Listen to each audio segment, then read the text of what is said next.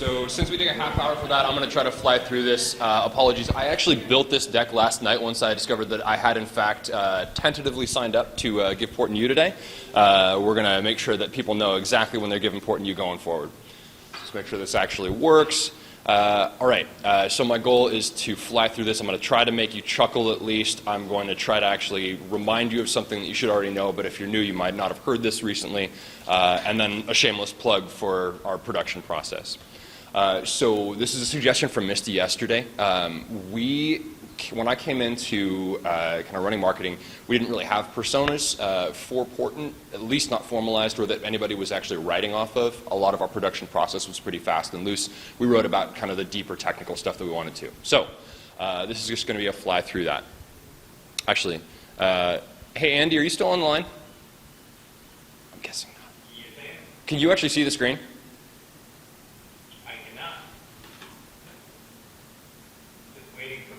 Just waiting.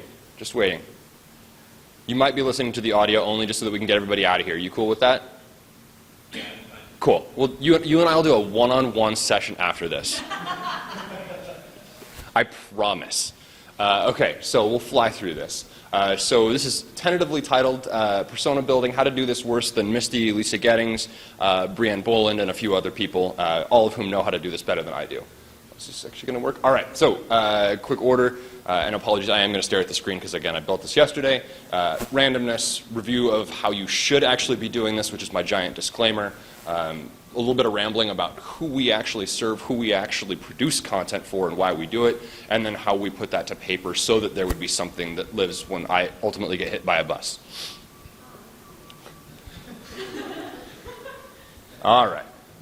Sorry, I'm new to this thing. Okay, so the requisite, like, Webster's Dictionary version. So personas, PPC teams live in this every single day. Semi-fictional representation of your customers based on research that you're going to do, some light intuition, hopefully, and anything that you can actually suss out from the behavior that you see them exhibiting on your site, and what conclusions you can draw from that. Reason we did this, it allows you to actually produce content with some specific goals and audiences in mind. It allows you to tailor your so what. Like, I'm not going to stand up here with a hockey stick for those of you that have been around long enough and yell, so what? It's a Steve Gaylord joke? No, nothing. All right, cool. But really, it's about tailoring it so that you can write a so what statement easily that's going to actually tell an audience that's not as technical as you are why you're writing this thing and why they should listen to you instead of staring at the ground for a half hour. Okay, so before we do important personas, I'll do my quick background. So I took over as marketing guy about 9 months ago, 10 months ago, and then split time between account management and marketing. I think 2 people in this room might not have known that. Ian is really fond of saying that the internet, when he started Portent, fit on about 1 thumb drive. I was unfortunately not quite that cool. I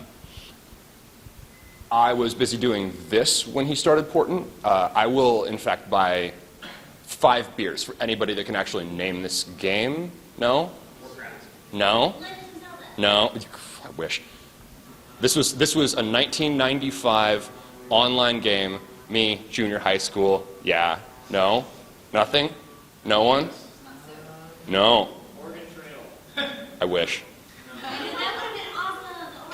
You get until the end of the show to actually get this. But yes, I will buy 5 beers for anybody at Collins Pub today that can tell me what this game is. So I'm much cooler now, obviously. This is kind of my guy. If anyone's not watching Silicon Valley already, this is Jared. Kind of represents my persona a little bit. So quick note on how I got here.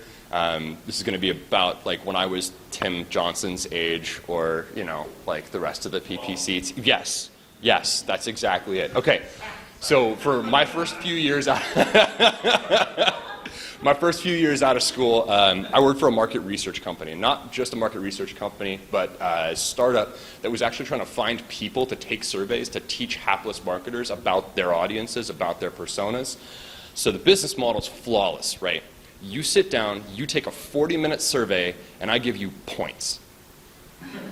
Those points, at some point, can be cashed in for 40 minutes of your life. This was me. So this was early direct response online advertising. You could buy a CPA activation for roughly 20 cents when I was doing this.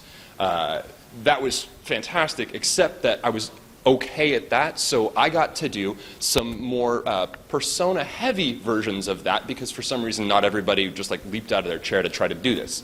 So I've got to do this again for a marketing program for hardcore gamers, and for kids under 10, and for pregnant moms, and for US Hispanics, all of whom needed a marketing program built for them on the fly with nothing to go off of.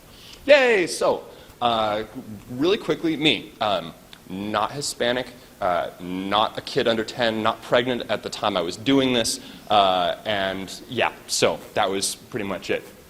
So again, irony, this was supposed to be for helping marketers figure out their audiences, so we had to do that on the fly because they apparently couldn't figure out where to find these people to save their lives, hence this startup existed.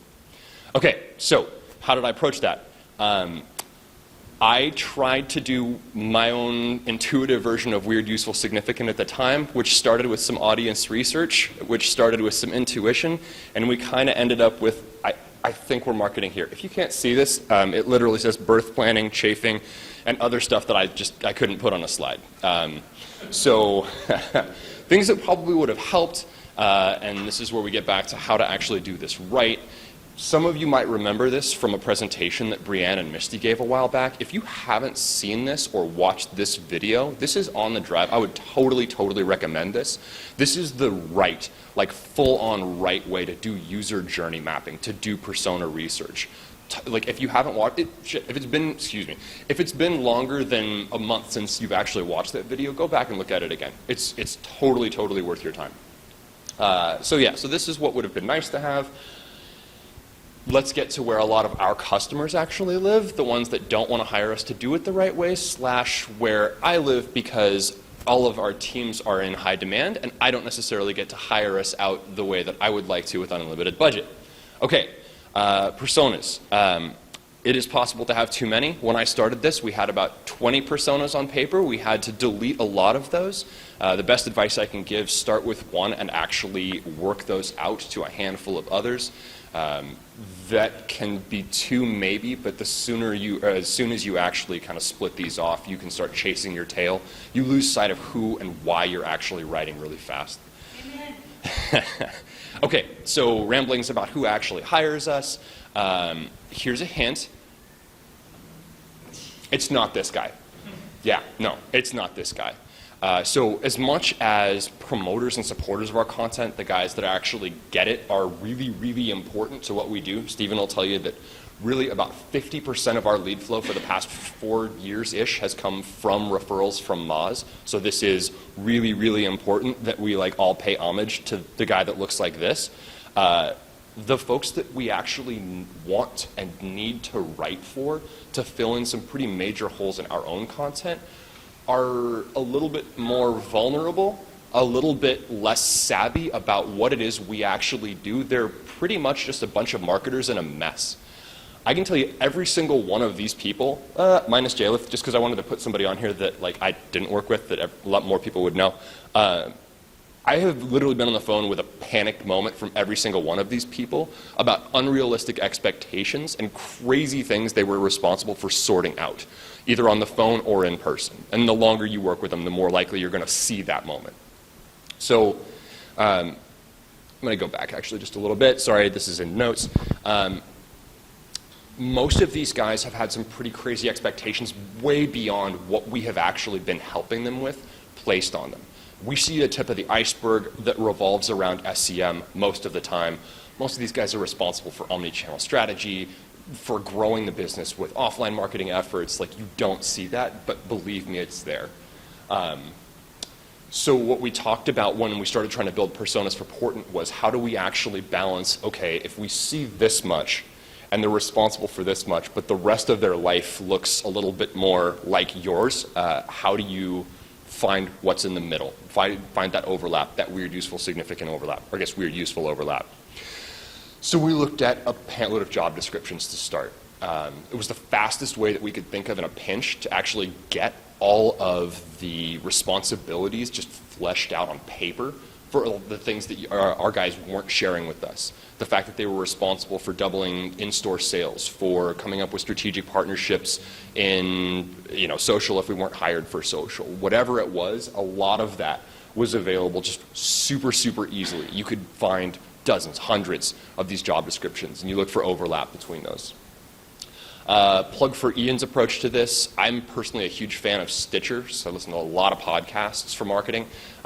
Anything that has a related content or a recommended content engine that has any angle of like user learning or machine learning, so that you're not just going from like, oh, this is marketing, here's 20 more marketing podcasts. If you actually find the little like, hey, people who listen to this also listen really heavily to Serial, you can start to get some of those little kernels of that life corner of, whoa, payoff slide, no.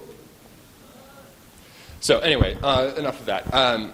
Referring and linking sites, I'm a really big fan of looking at who's actually referring traffic to you, backing that out one step, and then looking at all of the content around the article that ultimately referred the person to your site. We did a lot of that for building out importance personas, and again, just filling in the gaps on the resume-heavy stuff that we did.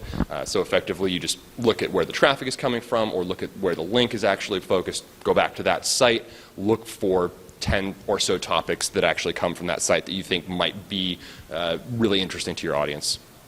Okay, and yeah, it's really just to find what else your customers are reading about. Just a quick snapshot of a lot of the places where importance traffic comes from. Hell of a lot of Content Marketing Institute, hell of a lot of Social Media Examiner, and of course, yours favorite and mine, Moz. That's because we do a good amount of guest posting on Moz, but also referred vendor status. So thinking about how we actually filled in the life corner of that to figure out what things we could and should be relatable on, so that flavor of weird that we can actually share with our customers. I actually looked a lot at Facebook, and then I looked just kind of intuitively across the clients that we worked with. What we actually saw was that probably 75% of the people we work with are either married in the last year or they've got kids under 3. This is no joke. Like the client mix that I worked with last year, everyone married, everyone having kids. What do you want to bet that if you actually talked about your fears, your good stuff from being a parent, from being newly married, that would actually hit home with these guys? Ian did a post where he talked about being a dad and worrying that his kid was going to jump off the roof. I promise you that stuff is going to resonate more. So we tried to build some of that stuff into our personas as well.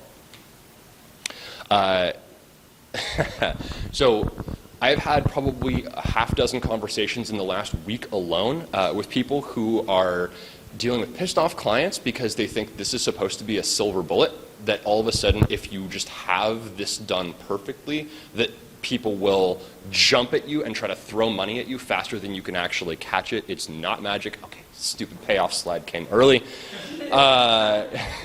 So it's not magic. So this comes down to execute, repeat, learn, see what people are actually consuming on the site, use your analytics and go from there, which is where I have to thank you guys a ton for actually doing this. All right, so winding it up. Most of you guys, well, let's see, about half of you guys have probably seen this before if you've done a brainstorm session with me before you actually produce a blog post for Portent. These all live on the dashboard in HubSpot. You can check them out before you actually meet with me if you want to. If you've done a brainstorm session with me, I promise you've probably seen this, which is our first and core persona. It's a marketing director. He bears a lot of the characteristics that we just flew through.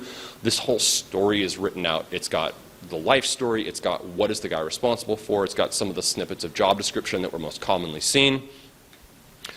And it's actually created some pretty cool content in the last little bit. Right, Tim? Yeah, right. So we've gotten a couple of Moz top 10 pickups, and this is for stuff that's not necessarily deep technical. We've gotten a lot of accolades for stuff that's not necessarily deep technical, stuff that's had an awesome so what, that's simplified to the point that those same kind of worried, I don't want to say hapless, but those same nervous marketers could actually grab onto and use as a help as opposed to something that already started super, super deep technical. This is actually, I should say, this is not a dig, though, at writing the super deep technical stuff, the stuff that's pushing the envelope forward as far as what we contribute to the industry. That stuff is still super, super important, and it gets that guy in the collar happy with us so that he sends people our way, which is always great and appreciated. It's just about striking that balance. So more than anything, this is seriously just to thank you guys. Like I said, this isn't magic. This isn't like if you just write this way, people are suddenly going to throw 1,000 leads at Steven. More's the pity. This is about rinse, repeat. It's going to be a learning process as we go. We've gotten a lot better since even like spring of this year, and the outcomes have kind of shown that. I don't want to auto-update Microsoft, but thank you, though. Your timing is impeccable, as always. And that's pretty much it. So I'm really proud of how far I've come in how to do personas with help from Misty and the rest of our content team. So now it's about crazy family and terrifying work responsibilities, but still chafing. So that's it.